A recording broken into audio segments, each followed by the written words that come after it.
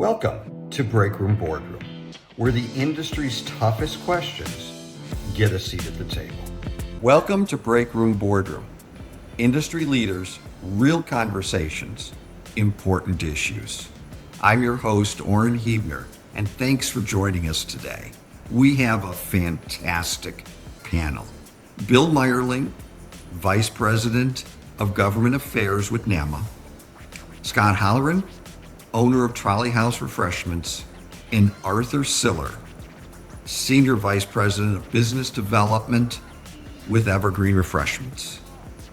I want to thank Neil Swindale, Haley, and the entire Go Refresh team for producing this series. The Breakroom Deduction Debate. What does the law actually say? So let's go.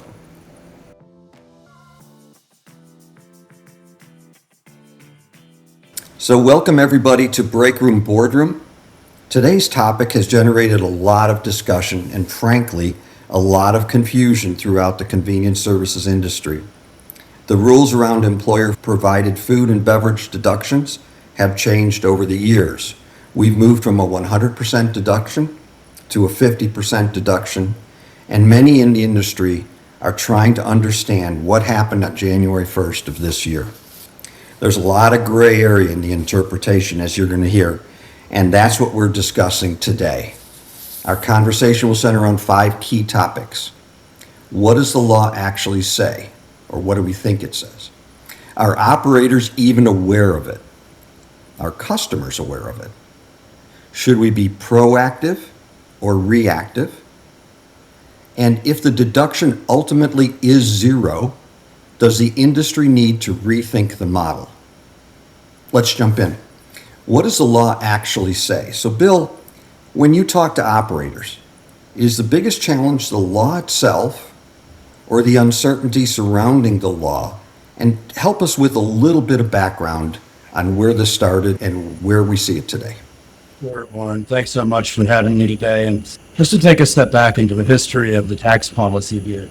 While the effective date for this tax deduction change was December 31st of last year, impacting the 2027 tax year, this really all started back in 2017 with the Tax Cuts and Jobs Act, when Internal Revenue Code 274 was initially revised, stepping down from a 100% deduction to a 50% deduction, and a long runway until the total elimination of the deduction at 0% last year. In one big beautiful bill proceeding, certain amendments were made to IR 274 that allowed for the deduction of meals offered on fishing vessels. Obviously so, that fishermen may be out on the water for months at a time, and that is an important area in Mississippi business. Outside of that, it's an incredibly gray area that circles around what is food, what is a meal, what is an eating facility, and how operators should be talking to clients either about the hospitality they provide or the product. Perfect. Beautiful. Scott, you shared a lot of good information earlier this week. Help us understand some of what you saw, because you talked to a CPA, you did some background, and what I found interesting was the gray area, even that the accountant had said it potentially could be this. And just help us understand what your thoughts are on it. Or when I was in college taking accounting classes, I thought it was like math. It was like a right answer and a wrong answer. And since that time, we're in the small business dealing with accountants. So I realized everything is interpretable in the world of accounting, right? Honestly, I too was kind of trying to digest all of this, you understand the impact on the business. I think there's, going back maybe to fall of 2025, Bill, there was some conversation about this upcoming change a little bit that we were having within NAMA and operators trying to understand it. So, kind of now doing my own research, talking to CPAs, talking to Bill at NAMA, I will say where I think there's no gray area actually would be on corporate dining service. Okay? Where you are providing a full-blown cafeteria and the client is paying a subsidy or some sort of fee to have that service there. I think the law is very clear without interpretation that is no more than a 0% deduction for tax purposes. Now, where I think, and those two things are called out specifically as best I can see in the law. Where it's a little bit more gray is in this pantry, office coffee world. And I will say in the law, interpreted super strictly, you can argue that all food and beverage is now a 0% deduction. But then there's exclusions for if you're providing it to a customer for free, or if there are certain parameters around how the food is being served. Specifically, and I'm not a tax expert, so please consult your own tax code. It does call out dining specifically in the law, and I'm interpreting things that pantry and office coffee are still going to be 50% deductible. But that's just my personal interpretation. Great. Yeah, See if my compatriots here on the panel will agree. yeah, I would echo what Scott is saying. I think where it's very clear is cafeterias or what I believe they refer to as on-site, dining facilities where food is served is clearly called out.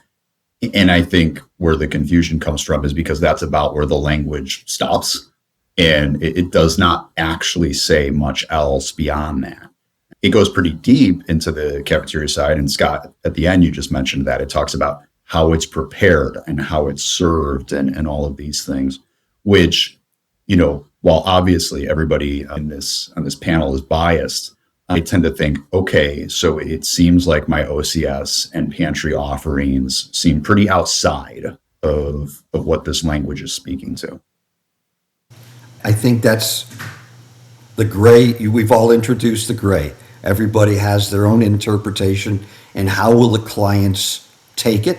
And we'll see as we move forward. But I'm curious, is anyone talking about it? And what I mean by that is this topic coming up with any of your customer conversations, or is this an internal industry discussion and we're just waiting to hear from clients as to how they interpret it? Yeah, so we have not heard from one client on this, and we can probably get into how if we address that if it comes up, but no, I can frankly say this has not been something that's come up from our clients, and it's because of that kind of been a light internal conversation. Okay, interesting. And I'll echo what Arthur said. We also have not heard anything directly from a client. Now, keep in mind, though, this law just went into effect in 2026. So clients aren't even going to see the impact until they start filing their tax returns in 2027 for calendar year 2026. So again, this may not be really on anyone's radar. However, I would expect or anticipate that we as operators, especially if we're involved in corporate maybe having some more pointed conversations a year from now, with our clients, not necessarily today. And do you think those will happen, or it's just a wait and see in your approach? I'll say historically, we've never really been involved in our clients' tax preparation, and I don't think that's going to change. Well, that makes sense. Bill, are you hearing anything from operators, or is this just, as Scott has said appropriately, it's 5 months, 6 months into it, and people are still trying to get their arms around it? I'm hearing from operators in a similar vein to this conversation. I think it's incumbent on any business owner to look out for their business and be concerned about potential eventualities and have those internal discussions. But on the flip side of that, from the legislative circles NAMA runs in and the lobbyists and businesses we speak to, we are also not hearing this as a going concern. We believe that large companies that are seeking tax deductions are pursuing those tax deductions elsewhere as provision of break time solutions, snacks, and care for employees has become a major means of recruitment, retention, and attracting the existing employee base to. Then that makes sense, and we're seeing that more and more. It is a employee retention, and that is the viewpoint. But do you feel we should be proactive or reactive in those discussions? And I'm gonna throw something out there that I've talked to some of my clients about. So certain pieces are still 100% deductible. Your leases are 100% deductible. Your service fees are 100% deductible. And your management fees are 100% deductible. Correct me if I'm misstating it, Bill, but from what I've read and talked to people, those are deductible. Do we think about changing the model? And do we have here's model 1, here's model 2, and model 3? We've been afraid, to many people in the industry have been concerned about charging leases for coffee equipment, or charging management fees, or jumping on board with service fees. I'm going to go to my M&A conversations. Everybody says, I want this for my business, the top line dollar. And my next conversation is, okay, but let's talk about what you walk away with. It's not only what you get paid, but what you walk away with. Can we approach this the same way? And should we charge for service, charge for equipment, charge for more services, charge a management fee, charge less for product, and have that plan B proactive discussion with clients and approach it differently? Bill, in a second, I want you to tell me what you have a plan C that you want to share, but let's start with this first. And I'm curious what your thoughts are, if this is a newer approach or different approach, or maybe you're doing it already. So yeah, at Evergreen, we already charge, Orrin, as you mentioned, we charge on equipment. In some cases, we charge service fees, right, or management fees, or certainly minimums, right, on things. And so, not related to this, but frankly, we sort of have that coverage or safety net or now ability to say, well, we're a management service, right, and here's why. So do you think you would increase, or do you think the percentages and that conversation with the end user, here's why we're charging $800 for a machine, but it's a 70% or 75% markup instead of 100%? I'm just wondering if here's your products, well, here's plan B, we have more fees, but you get to write off 100% of the fees, etc. Yeah, if the conversation went that way, certainly, right? Because like a lot of things in our industry, we want to position ourselves as the expert, right? Or certainly someone who's consultative and has thought about this before the client had, right? So again, I wouldn't lead with that, right? And again, we'll probably get to that in a minute of don't we get ahead of this with customers and bring up the conversation? But to me, that's the kind of perfect example of something you want in the back pocket, so that if this becomes a conversation, you have a lot of ammunition and know-how of how we can help solve this for them. Yeah, and I would echo that. Clearly the industry had a pivotal moment during and post-COVID, right? So there's pre-COVID refreshment services, then the survival mode, and now coming in since COVID. I think the industry has evolved dramatically. We were working towards that consultative model. We were working towards that ability to be more of a partner with our clients. We were working towards the ability to charge the right amount for our services. And now, post-COVID, I think the industry as a whole has made an enormous stride in a positive direction in being able to partner with our clients, be a consultant, be perceived as an add-on to the HR and the benefits package, not a cost center, or a revenue stream, which is where we used to be fun. So, and I'm right there with Arthur. We have certainly been adding more and more rental fees, minimums for equipment. Again, looking at that ROI and just letting the client know that, if we're going to invest in the client has to invest in us. I love that. And that's the way we should be. Bill, we talked the other day. What was plan C? And I'm not sure I'm a huge fan of this, but there was a plan C that you threw out there.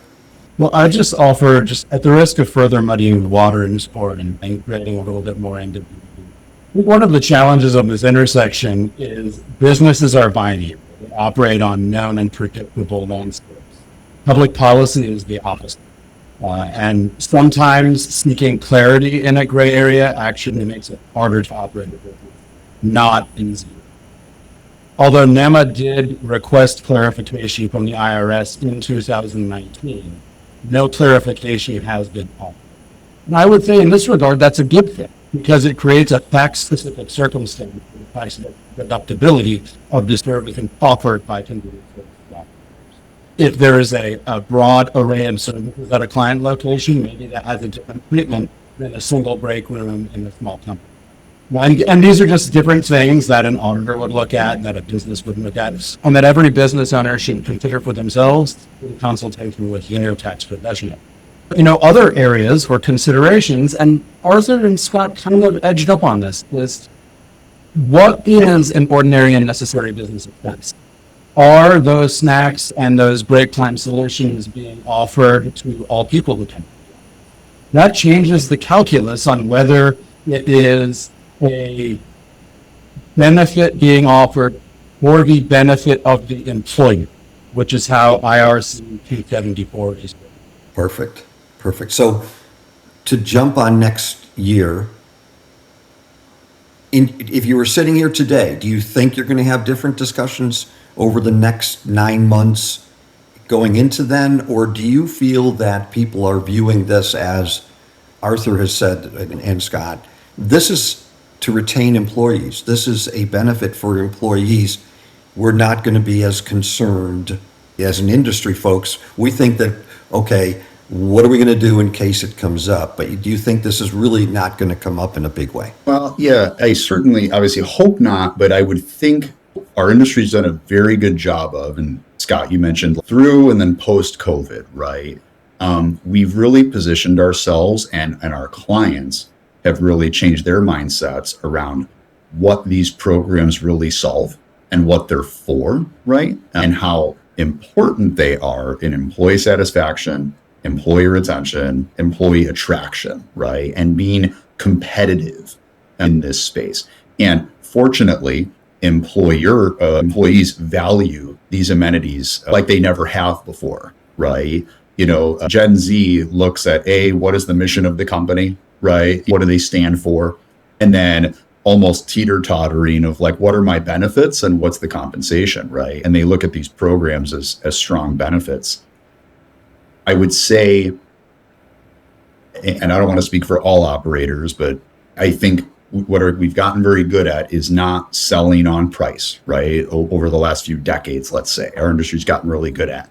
I would liken this to that of we should be careful of starting to go too far down the path of thinking, well, we have to be fully prepared, or thinking the client is going to say, okay, well, if this affects the dollars we get back on this, then we might dismantle these programs.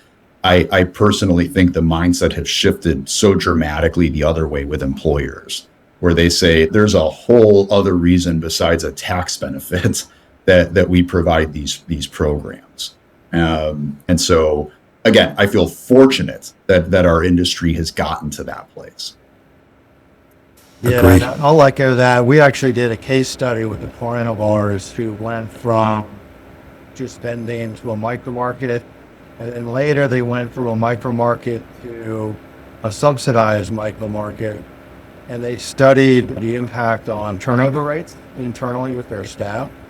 And each move that they made, they saw a reduction in turnover, and I'm talking double-digit reductions, not like a 1% change.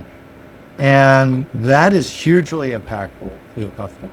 And the customers that are savvy, that understand that, are going to be our partners for a long, long time. So that's a great selling point, right? I love case studies. By the way, love case studies, because now you can go out there, and if this comes up, you're the subject matter expert. You can say, let me show you XYZ company, and this is the effect. So if your write-off is $50,000 that you lost, but you save your best employees 2 or 3, what does that cost? So but I think being prepared, I think the key here is, are you prepared for the conversations? And that's what we need to do as an industry, is make sure everybody's prepared. This has been a really great conversation. Final thoughts. Scott, what's the one thing operators should be doing right now? Well, I think obviously doing their own due diligence, digging into this to get comfortable with their own interpretation and understanding. Because to be a consultant to our partners and to our clients, we need to understand our own position on these matters. Secondly, I think preparing alternative solutions and thinking about how we can structure our services to the client potentially in a slightly different way to help them with future tax needs. Beautiful. And Arthur, what's the biggest opportunity hidden inside this conversation? I think the biggest opportunity, it might be similar to what Scott had said, which is just ensuring that you stay as educated as possible on these topics so that you're always the expert, right? So that if, let's say, one of our biggest clients comes to us with this, we not only have all the information, but that we're cool, calm, and collected about it, right? And then they sort of breathe a sigh of relief going, oh, Arthur and his team sure seem to know a lot about this. And sure seem to be fully prepared and have an understanding of like how this does or doesn't impact our services. Yeah, that's exactly right. The reality is the law may have changed, but the interpretation and impact are still evolving. For operators, the challenge isn't simply understanding the tax code. It's understanding how to communicate with customers, how to remain a trusted advisor, and how to position workplace refreshment programs regardless of how the rules ultimately shake out. I want to thank you for a great panel, excellent discussion. Bill Meierling, Scott Halloran, and Arthur Siller for joining us on Breakroom Boardroom.